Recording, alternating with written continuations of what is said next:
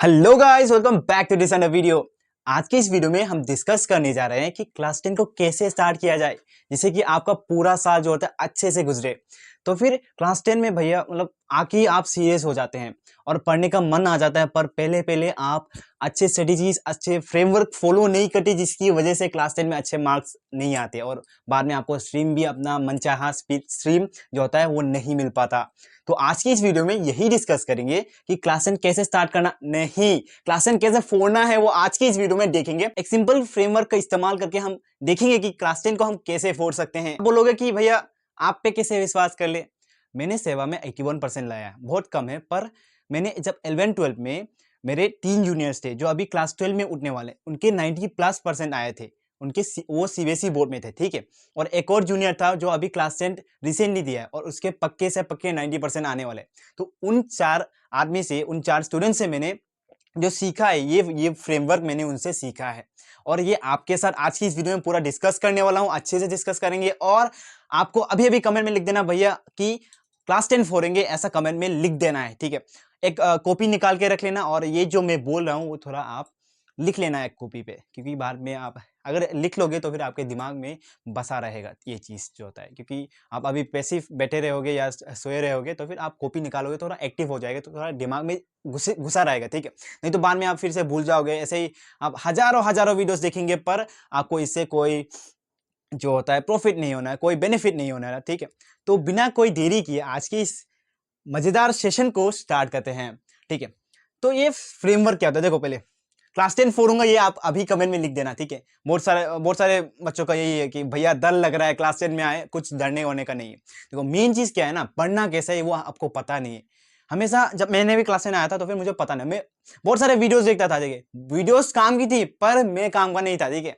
तो videos limited से limited videos देखो, पर चीज है कि आपको सही स्ट्रेटेजी सही समय पे अप्लाई करनी है।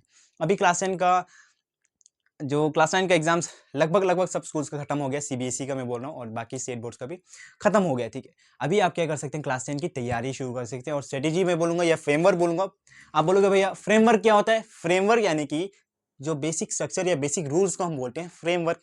यानी जो फ्रेमवर्क लाया वो अब जानेंगे अभी, ठीक है। और ये जो फ्रेमवर्क होता है, 4 लोगों से मैंने पूछा है, ठीक है। उनके 90+%, 3 लोगों के 90+% आ गए हैं और एक का बच्चा है अभी क्लास 10 दे रहा है, उसका भी रिसेंटली आने वाला है, ठीक है। अगर टाइम मिला तो उसके साथ एक इंटरव्यू इस चैनल में जरूर से शेयर करूंगा, अगर अल्लाह ने तौफीक दिया तो फिर, ठीक है।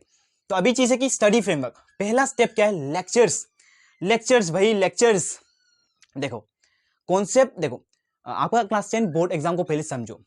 आप बोर्ड एग्जाम में जाएंगे, टीचर आपको क्वेश्चन पेपर थमाएगा, क्वेश्चन पेपर देख के वहाँ पे क्वेश्चन होंगे, क्वेश्चंस को अटेम्प्ट करना है। क्वेश्चंस कैसे अटेम्प्ट करेंगे? क्वेश्चंस कॉन्सेप्ट समझने के बाद ही तो कॉन्सेप्ट अप्लाई करेंगे, वहाँ पे क्वेश्चंस करेंगे। तो मेन चीज होता है कॉन्सेप्ट समझना। कॉन्सेप्ट कैसे समझेंगे भैया? अरे भाई कोई एक बंदा, कोई एक टीचर उठा लो ऑनलाइन या ऑफलाइन से, जिसे तू पढ़ सकता है, जिसे वो तेरे को बेसिक से एडवांस लेवल तक पढ़ाएगा, वैसा टीचर या वैसा बंदा ढूंढ के दिखा दे। उससे ऑनलाइन या ऑफलाइन कहीं भी पढ़ ले, ठीक है। अभी नेक्स्ट चीज आता है कि लेक्चर तो अटेंड कर लिया भैया, ऑनलाइन या ऑफलाइन मैंने लेक्चर अटेंड कर लिया। अभी नेक्स्ट स्टेप क्या है भैया? नेक्स्ट स्टेप होता है नोट्स बनाना। देखो हम नोट्स क्यों बनाते हैं आगे बताऊंगा, मैं नोट्स क्यों बनाता है। आपको लेक्चर के समय ही नोट्स बनाना है और खुद के नोट्स, क्योंकि टीचर जो पढ़ाता है उसमें से जो जो इंपॉर्टेंट चीजें हैं वो नोट्स में लिख लेनी है, ठीक है। और अगर टीचर बोलेगा कि अरे ये इंपॉर्टेंट है तो फिर तेरे को इंपॉर्टेंट मार्क करके ये लिख लेना है तेरे नोट्स में, क्योंकि बाद में टाइम नहीं, तू सोच नहीं पाएगी अरे टीचर ने क्या कहा था, टीचर ने क्या कहा था, और टाइम नहीं मिल पाएगा बाद में फिर से पूछने का, और तू आलस, तेरा अंदर आलस आ जाएगा और तू फिर से ट्राई ही नहीं करेगा। हर एक चीज इंपॉर्टेंट जो होता है वो तेरे नोट्स में होनी चाहिए, ऑफकोर्स से होनी चाहिए। हर एक इंपॉर्टेंट क्वेश्चन तेरे नोट्स में होनी चाहिए। सब नहीं, सब नहीं, कुछ कुछ ऐसे इंपॉर्टेंट क्वेश्चन होते हैं जो बार बार रिपीट होता है, वैसे टाइप के क्वेश्चन आप अपने नोट्स में मेंशन कर सकते हैं, ठीक है। अभी भैया आपने बोला कि लेक्चर देख लिया भैया, हमने नोट्स भी बना लिया, अभी क्या करना है भैया? अभी क्या करना है आपको? रिवाइज या सेल्फ स्टडी, सेल्फ स्टडी या रिवीजन, सेल्फ स्टडी या रिवीजन।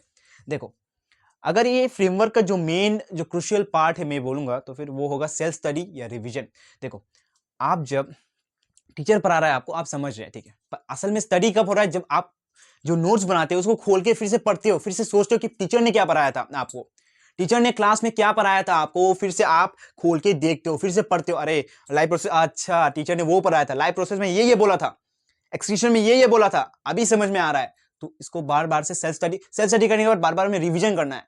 मैं आपको सजेस्ट करता हूँ पहले लेक्चर और दूसरे लेक्चर के बीच में आपको 3 बार रिवाइज कर लेना है। जो आपने पढ़ा है वो 3 बार रिवाइज कर लेना है। रिवाइज करने के भी बहुत सारे मेथड्स होते हैं।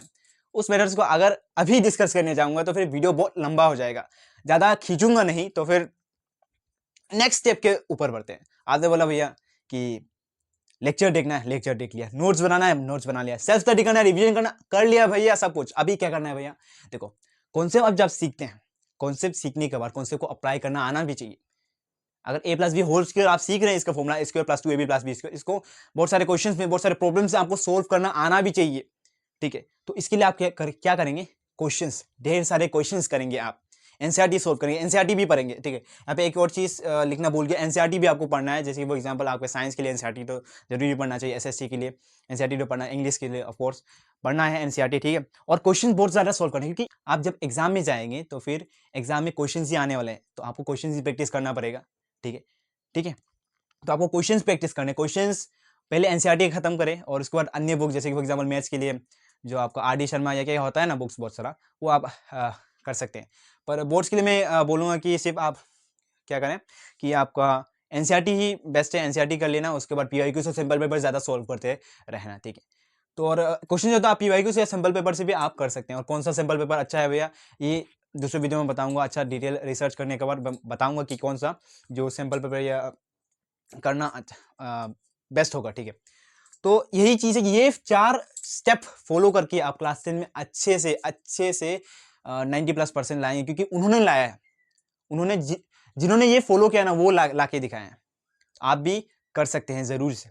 अब आप सभी के लिए एक और खुशखबरी है कि मैं जो होता है एक वन शॉट सीरीज ले आऊँ। वन शॉट बोलना भी इसको पाप होगा, क्योंकि असल में यहाँ पे मैं बेसिक से एडवांस लेवल तक मैं सब चीज़ें सिखाऊंगा। और चीज़ें कि यहाँ पे बहुत सारे पीवाईक्यूज मैं बहुत सारे क्वेश्चंस करवाने वाला हूँ, जिससे कि आपका मैथ्स और साइंस का डर खत्म हो जाए। साइंस में ज़्यादा नहीं, मैथ्स में ज़्यादातर क्वेश्चंस करवाने वाला हूँ, जिससे कि आपका जो क्वेश्चन करने का डर जो होता है ना वो खत्म हो जाए। ठीक है, क्वेश्चन करने का जो डर हो जाता है ना वो खत्म हो जाए। जो क्वेश्चन करवाऊंगा मैं जो उस वन शॉट में, उसमें जो 70 to 80% पीवाईक्यूज होने वाला है, तो फिर आपको अंदाजा लग जाएगा कि बोर्ड में कैसा क्वेश्चन आता है। ठीक है, उतना टफ लेवल नहीं आता है, सच्ची में बोलो उतना टफ लेवल नहीं आता है। आपको दिखा दूंगा 2-3 दिन के बाद ये जो वन शॉट का सीरीज है मैं स्टार्ट करूंगा। और देखते हैं कि अगर अल्लाह ने हिदायत दिया और तौफीक दिया तो फिर अच्छा चले ये वीडियो। और अगर देखो इसी में बोलता हूँ, अगर तेरे को क्लास 10 में फोड़ना है तो अभी कमेंट जाकर अभी पोस्ट करके कमेंट में लिखना है कि भैया मेरे को क्लास 10 में फोड़ना है, आप और हमें गाइड कीजिए। तो और सारे वीडियोस में लाऊंगा जो आपके बेनिफिट के लिए होगा।